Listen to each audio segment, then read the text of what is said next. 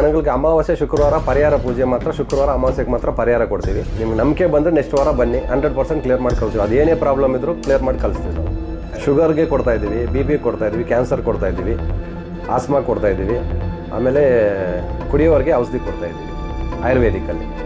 ಅಮಾವಾಸ್ಯೆ ಪೂಜೆ ಬಲಿ ಪೂಜೆ ಇರುತ್ತೆ, ಇಲ್ಲಿ ನೈಟ್ ಬಂದು ಹೋಮ ಇರುತ್ತೆ. ಪವರ್ಫುಲ್ ದೇವರು, ತಾಯಿಗೆ ಏನು ಬೇಡ್ಕೊತಾರೋ ಬೇಡಿರೋರ್ದೆಲ್ಲನೂ ಈಡೇರಿದ್ದೆ. ನಾವು ಬಂದು ಹೋಗ್ತಾ ಇರ್ತೀವಿ. ಆಗಾಗ ತುಂಬ ಮನಸ್ಸಿಗೆ ಒಂದು ಖುಷಿ, ಶಾಂತಿ, ನೆಮ್ಮದಿ ಕೊಡುತ್ತೆ.